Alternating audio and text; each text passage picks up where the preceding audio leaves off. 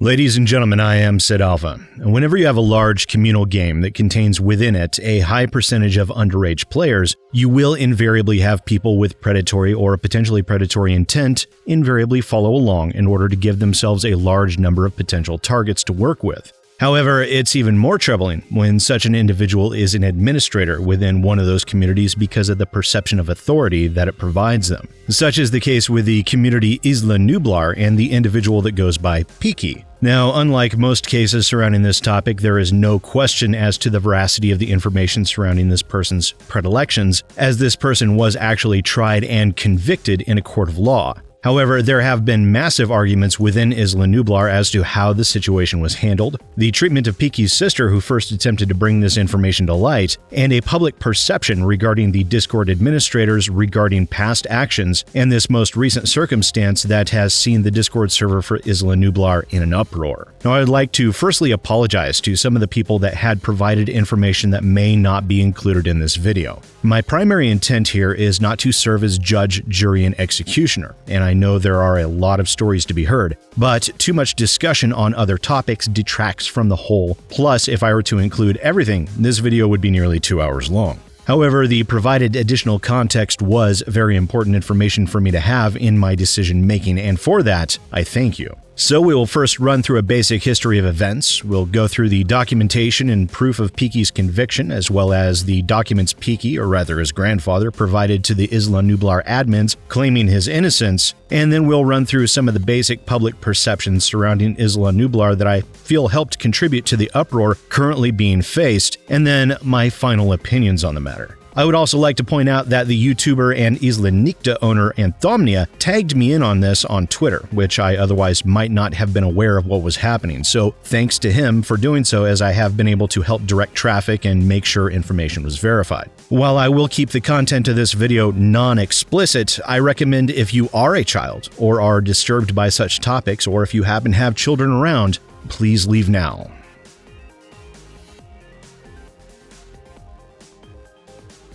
A lot has happened in a very short period of time, so this segment will be strictly timeline with a little context, but I will go further in depth in the specific evidence and posts later on in this video.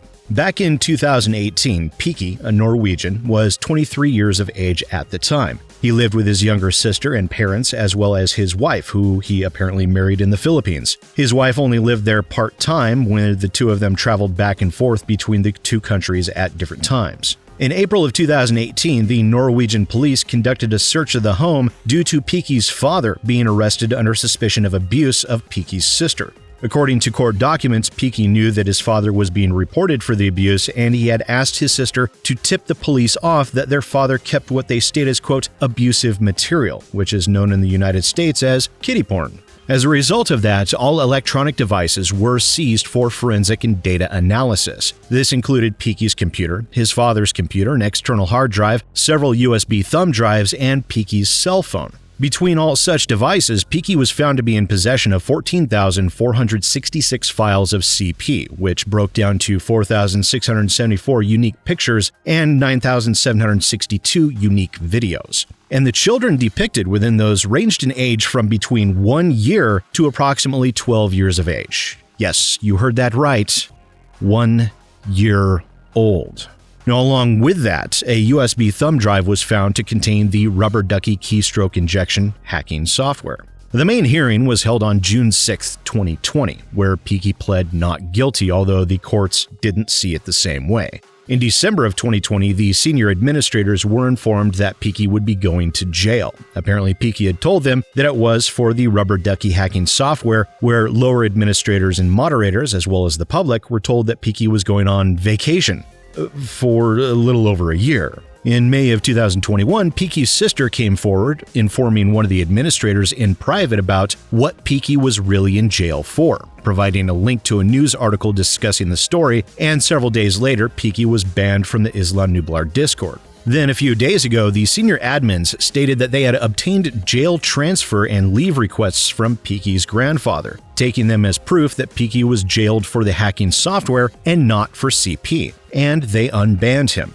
his sister began spamming the Discord channels in warning and was subsequently banned for that spamming. Particularly, I believe she conducted that within the bot command channels. When asked, the senior admin stated to me that they did not know at the time that the account was Peeky's sister. And one admin, Serena, stated that she attempted to send a friend request to the sister once she learned of this, but was never added back, and as such, no discussion between the two ever took place.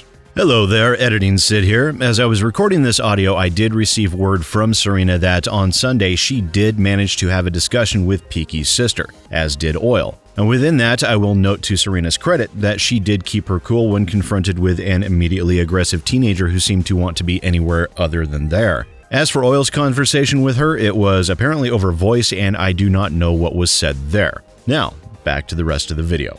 As the senior admin stated, there was insufficient proof of Peeky's conviction of CP. Peeky's sister submitted via email a request to the Norwegian legal system to obtain a copy of the court documents, which, upon showing sufficient cause for the request, they provided her with the document. Peeky's sister then provided that document to another Discord member, who passed the information along to another unnamed community manager, as well as other former members of the administration staff and some of the clan leaders. Despite having the court documents in hand, Oil and Plump Raptor, who has recently stepped down due to unethical zealots doxing him, they stated that they didn't 100% believe the allegations. Now, at this point, debates were raging within the Discord, and it has been difficult to gain the full picture. However, Serena, a senior administrator, and Oil, the Discord owner, stated to me in a conversation conducted on Saturday that they had never received the court document for quite some time on Friday, and when they did receive it, they had it translated and eventually took action and rebanned Peeky, with that ban taking place at around 9:30 p.m. Pacific time on Friday. However, that was well after Peeky had left the Discord, stating he wished to, quote, avoid the drama. During this time, another senior admin had stated to clan leaders that Peeky had already left, so what was the point? We kind of would like to see the documentation, just so... Really doesn't matter, he left.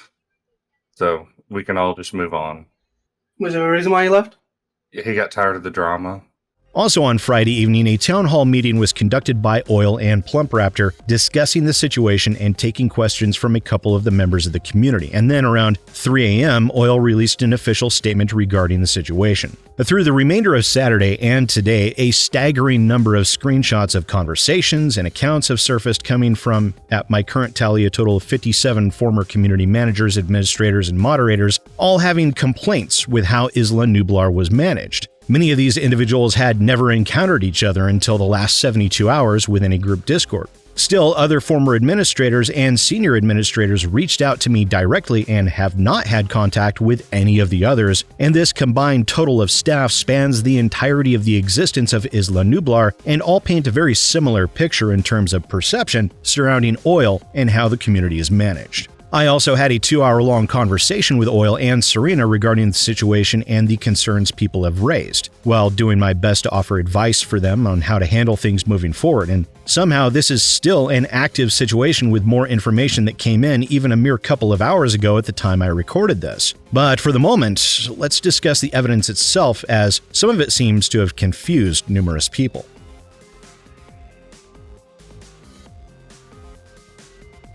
Bear in mind that the evidence discussed in these segments will be focused on the situation surrounding Peeky and Peeky alone.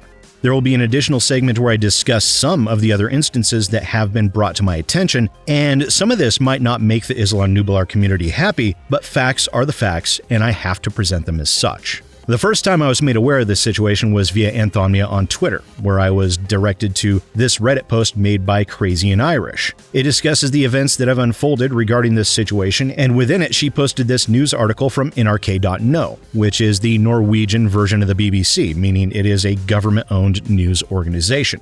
Within that article, they discuss a 25-year-old man who was set to stand trial under Section 311 of the Penal Code. More on Norway's bloody penal code system in a moment, for being in possession of thousands of files of CP.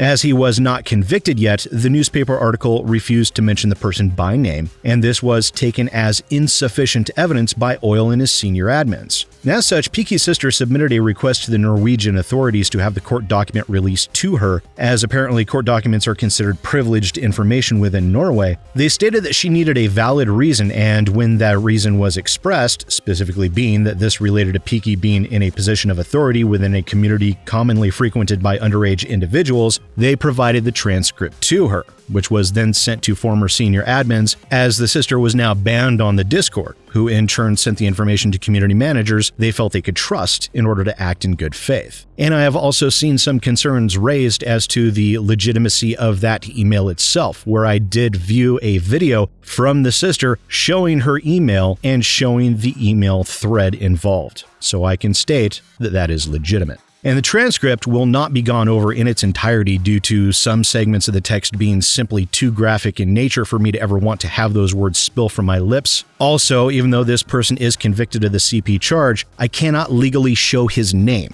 so that is redacted for that reason. And also bear with me as this was run through Google Translate. There were 2 charges raised against Peeky. The first is Penal Code 311, the acquiring or possession of CP. The second charge was Penal Code 201, unjustifiable possession of what equates to a hacking tool, specifically the rubber ducky keystroke injection tool on a USB thumb drive.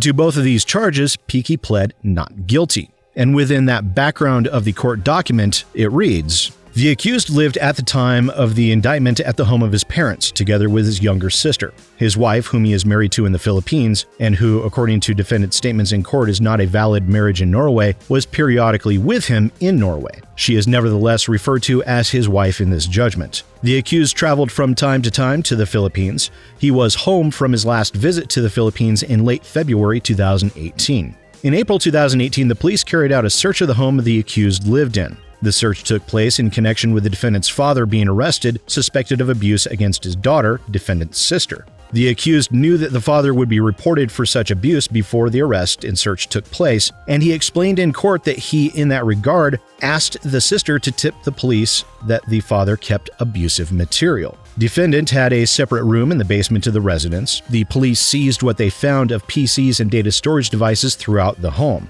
After making the seizure, they become aware of some of the units belonging to the defendant in this case. The units were therefore returned to him. On that, at the time, mirror copies of the contents of the devices had already been sent for analysis. Through the analysis, it became clear that there were large amounts of abusive material as well on the units belonging to the accused. On that basis, the police conducted a new search where new seizures were made of units with the abusive material on them. It has been found illegal material on all the 7 objects that are now allegedly confiscated. In conjunction with the searches, the police also found the object mentioned in the indictment item 2. After the first search, large amounts of abusive material were also found on the defendant's units. Nordstrom's district court ruled on 16th of October 2019, where he was convicted among other things for violation of the Penal Code 2005 and subsection 311 first paragraph. This applied to 18,521 image and video files. Analysis of the material found on the defendant's units have been assessed up against his father's device and found that larger parts of the material are the same. Now, there's no need to go through a full ugly breakdown of the entire document and the family history related to this case. However, suffice to say, some of the material was Peeky's and some of the material was belonging to his father. Potentially, Peeky planted the material on his father's computer, whereas Peeky claimed the inverse, where his father supposedly planted the data on him. Now, even to the extent that Peeky had CP on his phone that he had viewed. Now, in addition, Peeky himself gave the court contradictory statements regarding his defense. And as I said, the description of the acts contained within those videos and photos were horrendous, including acts conducted against babies, children 3 to 6 years of age, 5 to 7 years of age, and girls ranging between 7 to 12 years of age. In regards to the rubber ducky keystroke injector, the court did not find or was unable to prove where the prosecution alleged the following.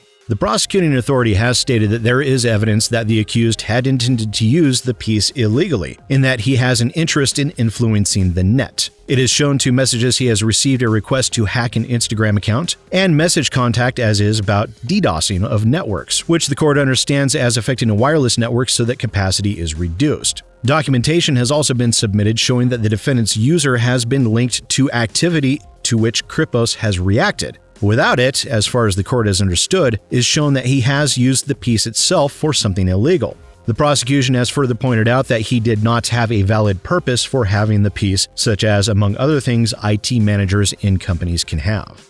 Now, in addition, Peeky apparently claimed that he bought the chip to learn how to code applications such as Adobe Reader, which, to my mind, is such a ridiculous apples to oranges comparison that I find rather laughable the prosecution didn't pick up on it. However, at the end of the day, Peeky was acquitted of the hacking tool charge. However, he was convicted of the charge of CP. At the court's discretionary measure, the original sentence was set at 1 year 8 months out of a maximum penalty of 2 years. However, it was reduced due to the overly long period of time that had been taken between the charges being filed and the court hearing, and so the sentence was reduced by 5 months to 1 year 3 months being imposed, as well as 8,000 kroner to cover legal costs. Which, while I know that sentence may seem startlingly low for many of the viewers, Norwegian law is not nearly as strict in terms of sentencing of such things as the United States is, where such a charge would carry a prison sentence maximum of 20 years versus Norway's 2. But moving along, prior to Oil and the senior admins receiving the court case document, they had unbanned Peeky and reinstated his role, which was what led to the uproar.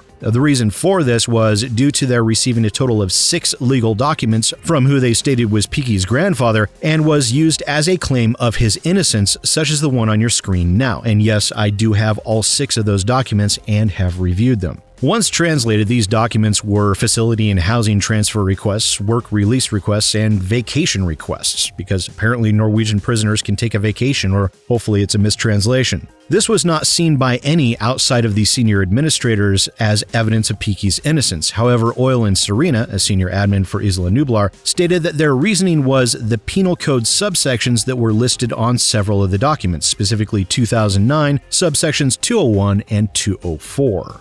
Reason being was when they looked those up, they came across Penal Code Chapter 21, where it states subsection 201 as being unjustified handling of access data, computer programs, etc., which carries with it a fine or imprisonment of up to 1 year, and subsection 204 as being burglary of computer systems, which I think is a mistranslation as the description states essentially hacking, and carries with it a fine or jail sentence of up to 2 years. And within the court document, it listed Penal Codes 311 and 201. Where in this document, Chapter 26, they list Penal Code 311 as the CP, and there is no subsection 201 or 204 listed. But wait!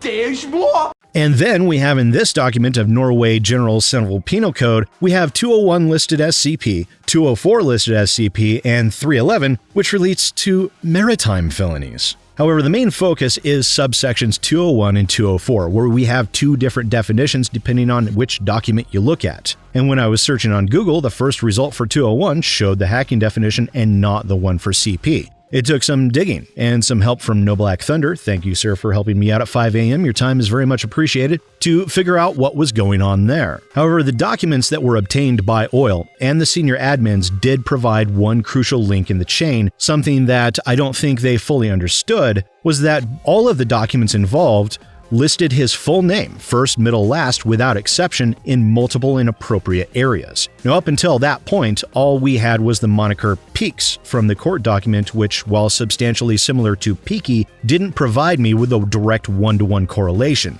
These did. And when the Isla Nublar senior administrators gained access to the court document, I feel they should have made that connection as well. Which also ties back into the first news article that was sent regarding this situation, and also a subsequent news article which was also sent to me by No Black Thunder, which discusses the conviction of Peeky and his sentencing.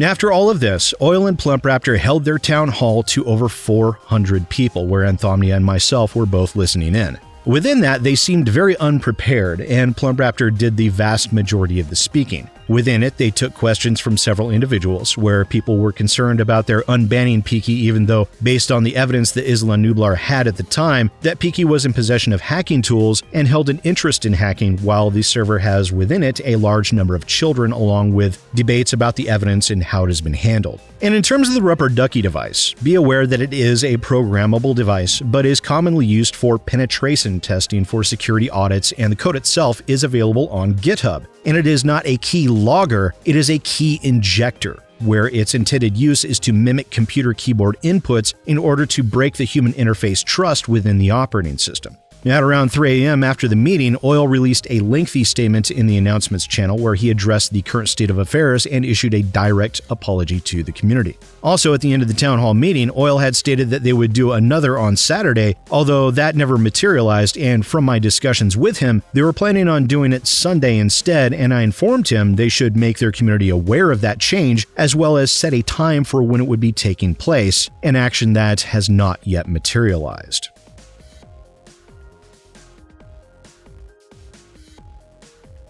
As stated previously, I had a combined total of 3 hours worth of voice communications with Oil and Serena on Saturday. 1 2-hour-long conversation and 1 1-hour-long conversation after they had gotten wind that I felt I had been lied to in 2 specific areas. During those conversations, I discussed all of the evidence with them, got their recounting events, and their side of how these events played out. Now, in that, I also offered advice on how to handle the outraged community, as I felt they could have done better and should make sure that certain policies and procedures are put into place in order to better ensure the protection of their community and themselves when incidents of pedo scum arise, which can and will happen, especially within video game communities frequented predominantly by children. As I said before, predators go where the prey is, an analogy that players of the Isle should understand quite well. Now, in that communication, I found them to be very receptive to our dialogue and eager for my perspective. However, there were those 2 points of contention that I felt warranted bringing up here before we talk about public perception, as well as one instance that, after discussions with Serena, I still feel warrants mentioning because it involves an instance of grooming where it was deemed insufficient evidence to proceed, and I'll explain my thought process behind that similarly to how I expressed them to Serena. The first surrounds the player known as Daddy Beard, who goes by the current moniker Mr. Beard,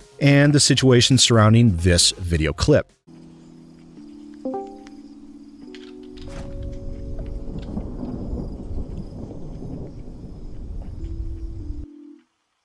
Oh my god. Who kicked me from server 2? Me, Who's me? little demon. Did you kick the other person? Did you kick the other person that called me a faggot first? We can't discuss other information. We can't discuss anything from other players. If they said something like that, then we would handle it, but we can't discuss it with you. Yeah. Oh, okay. You should ask who I am. Your name's Daddy Beard. We are already aware. Yeah. Don't kick me again. I mean, you're banned for 6 hours. Then I'll shut the server off. And I'll be contacting Oil as well. Okay. Good luck with your job. The reason that he seemed to be so willing to throw his weight around was due to images such as this one, where he apparently DDoSes servers and communities he doesn't like. And within that 2-hour conversation with Oil, the topic was, for all intents and purposes, hand-waved away, and Oil made like he did not know who this person was, and it was implied that this was just a person making idle threats. I don't know. I don't remember ever dealing with that situation. That's so long ago. Hellabutts, Draco. Hellabutts, little demon. Like that's from a very long time ago. I don't know if I was staff at the time. I've never seen this. I mean, people say all the time they'll contact me, but it doesn't necessarily mean they do. So I don't know if he was just saying that to like scare them, because people join the chat sometimes like, I'm gonna go straight to Oil. And then they'll ask me, hey, did this guy ever contact you? Like, oh, no, he never did. And the reason that I felt I was lied to was because of this screenshot from August of last year, where Oil knew full well who Daddy Beard was, and that Daddy Beard was essentially exempt from the rules due to his being able to take the Isla Nublar servers down at will. In follow-up conversations, Oil stated that he wasn't sure how to handle the questions that I made and wasn't sure he had a full recollection of things, so he dodged around it. To which I had stated something to the effect of, instead of lying to me or misleading me, simply say that and we could circle back to it after he had a chance to do so. I also expressed to him just how dangerous such a scenario would be for both him and the operation of his business, and to the community and the in-game moderators as well, who have to suffer through someone acting in such a manner and being told to essentially suck it up. It causes morale issues, it breeds discontent, and it is just pure toxicity for a gaming community to be, for all intents and purposes, held hostage in such a manner. Now, in addition, I was assured that the server hosting had been migrated to a service that offers better protection, and those concerns aren't really there anymore, which I was very happy to hear that. The second point of objection that I had where I felt I had been lied to was where they had stated to me that the community always comes first, and they always report pedos to other Isle community staff such as Isla Nublar as a matter of policy. This is to help ensure that pedos don't just cycle from one community to another, and I was very heartened to hear that this is the case, as protecting the vast number of children that play and enjoy that game is very important. However, I found that in one interaction regarding a pedo who went by the name Fire, this was not the case, where a former community manager presented me this screenshot where Oil stated that all he was concerned about was the loss of $1,500. Now, in addition, that community manager did send me the video that was presented as evidence, which was a review of the girl's DMs with Fire, and the evidence was very clear-cut. That discussion was conducted within the 2-hour call, and they simply stated that it was an initial frustration, but they did ban Fire and notified the other community administrators as per their standard policy. But again, after that call had ended, I was presented with this image where Oil was actually considering not reporting Fire to the other communities in order to keep the total $3,000 that Fire had donated. This, of course, had me incensed and ready to put them on blast or even considering such a course of action, and frankly, it still does to a certain extent. The only mitigating factor for me in that regards to those actions came from the follow-up call where they showed a continuation of that conversation where Crazy and Irish offered to not go through with the standard route of communication and instead offered to let the other server owners know on the sly so they could report him per their standard procedures and keep the money. However, ultimately, they did refund the money and ban and report Fire. However, to my mind, in all moral standards that I can think of, this should not have even been a consideration to not report a pedo to the other servers out there. Allowing the potential of this person packing their bags and becoming some other community's problem and potentially harming another underage girl, to me, that is entirely unthinkable, and I did very much chastise Oil for his actions there as I found that thought process to be entirely reprehensible. And then there is the instance of a 21-year-old, almost 22, attempting to groom a 13-year-old, nearly 14, where the end result was the 13-year-old wishing to self-delete. Now, a report was filed to and investigated by Serena, where she found no evidence to proceed. Where in that, she assumed the user Apex Cerberus and his alt Johnsy were two different people, instead of asking what, in my opinion, would be relevant questions.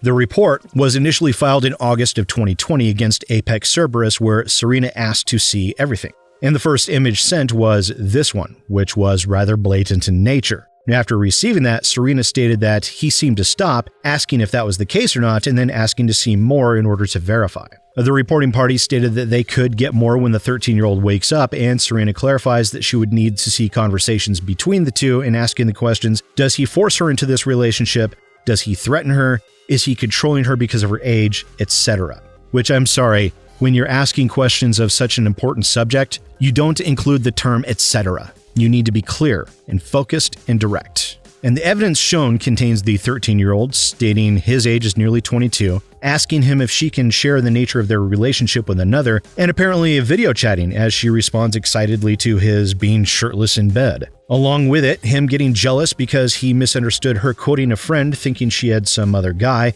and a couple of screenshots of him telling her he loves her numerous times over the course of a few days and her reciprocating. And then another image of him being jealous because she was talking to another guy in a manner he didn't like, along with him complaining about when he tries to talk dirty to her. And then finally a message where the young girl ends things with him stating, well, you know what? You can read that for yourself. In response to that, Serena stated, I legit don't see anything here that I can act on, because of the fact that she believed that Johnsy and Apex Cerberus were two different individuals. And within this, I see a very classic example of grooming a minor, one where the outcome is entirely uncertain. It's known that the 13-year-old wanted to self-delete over this situation, and for all we know, she might have. There is that possibility. And that is an extreme danger that is faced by communities with predators like this and making any sort of assumptions in regards to a report being filed. When Serena expressed confusion surrounding my discussion of properly asking questions, I responded to her with the following. Well, for example, does he force her or threaten her? A good thing to know if it needs to be reported to the authorities, but ultimately irrelevant with a grooming situation in terms of community protection. Is he controlling her because of her age? Whether overtly or discreetly, the answer to that question between a 14-year-old and a 22-year-old will always be yes, due to the naturally induced authority an adult has over a child. It seems he stops after she said she was 13. Now that is a good question. If he legit didn't know and just stopped, then no harm, no foul. When you stated you needed more proof and were provided screens that contained different usernames, that is where I see you made the assumption of 4 different people. But I see no question being asked as to why you're being sent different screens of what appears to be 4 different individuals. What's the context? Why are these usernames different? If these are alts, I would need some sort of information linking the user being reported to the alt. Stuff like that. Aside from those questions, unless I'm being fed selective information, which is also why I wanted to make sure I brought this to your attention, nothing else was asked. Now, as a result of that, a child groomer was apparently left to roam free. Now, I fully subscribe to the premise of innocent until proven guilty and all that entails. However, I do feel that the appropriate questions were never asked, which is also why set policies and procedures for communities such as these very much should be generated in order to do their utmost to limit the possibility of that outcome becoming a reality. Because leaving a 13-year-old child up to the devices of a 22-year-old when you have that information sitting right in front of you is unacceptable.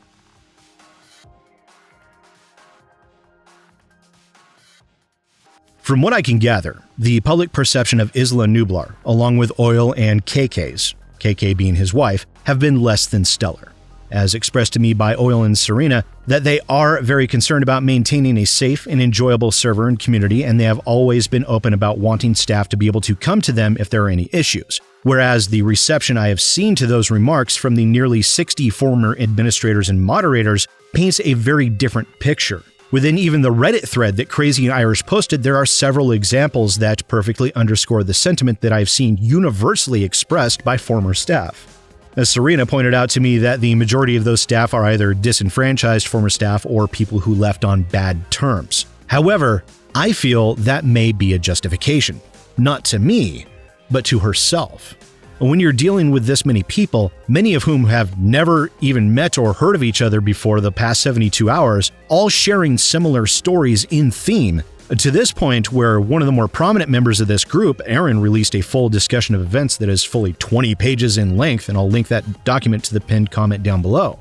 Now, in addition to that, were instances where clan leader Rat Honey Mustard, who felt compelled to make an announcement in the clan channels notifying that they were leaving Isla Nublar, had her statement promptly deleted. Oil and Serena stated they had no knowledge of the announcement deletion and had also stated that other clan departure announcements were still up.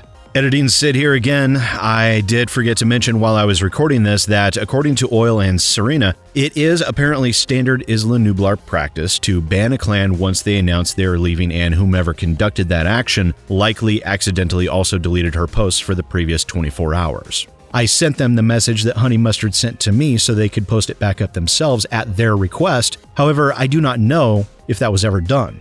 Then we have Two-Door Poppy, who gave the Nublar team 24 hours to replace the bot tokens before he removed the bots from his Discord account as he was planning on leaving the team. They did not do this, and it resulted in severe issues for the server. They banned him under what they stated as the assumption he was acting maliciously, and when they came to him for aid and refused, Oil threatened legal action against him. And what Two-Door Poppy said seems to sum up the sentiment of former staff perfectly.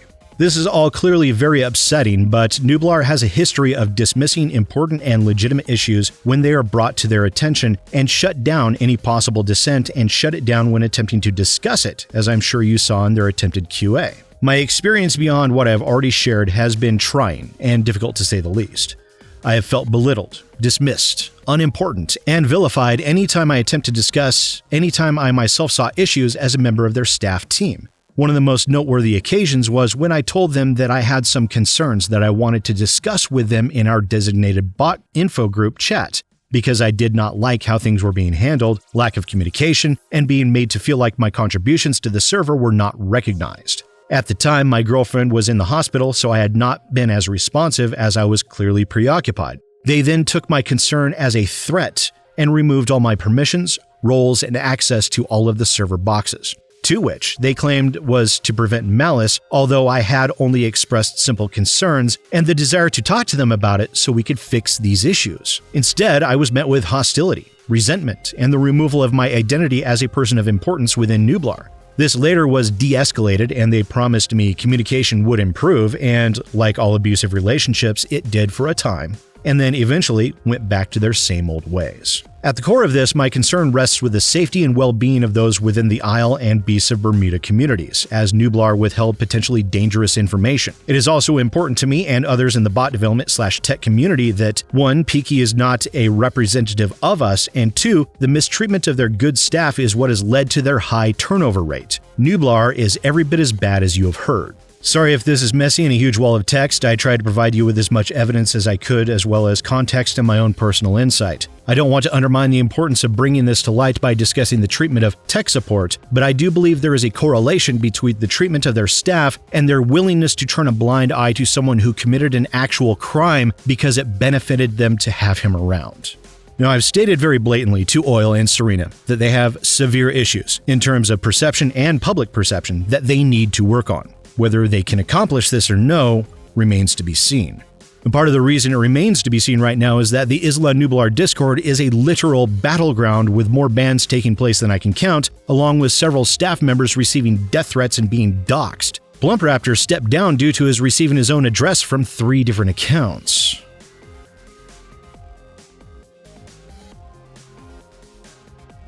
Now, I honestly did not want to make this video a hit piece against Isla Nublar.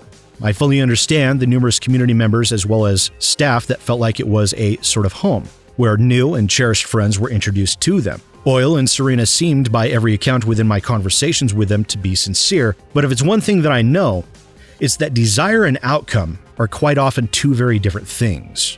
Peeky is a pedo. Convicted. This much is fact. To my knowledge, according to admins of the Isle proper, namely Punchpacket, it would appear that he will be receiving an in-game ban as well.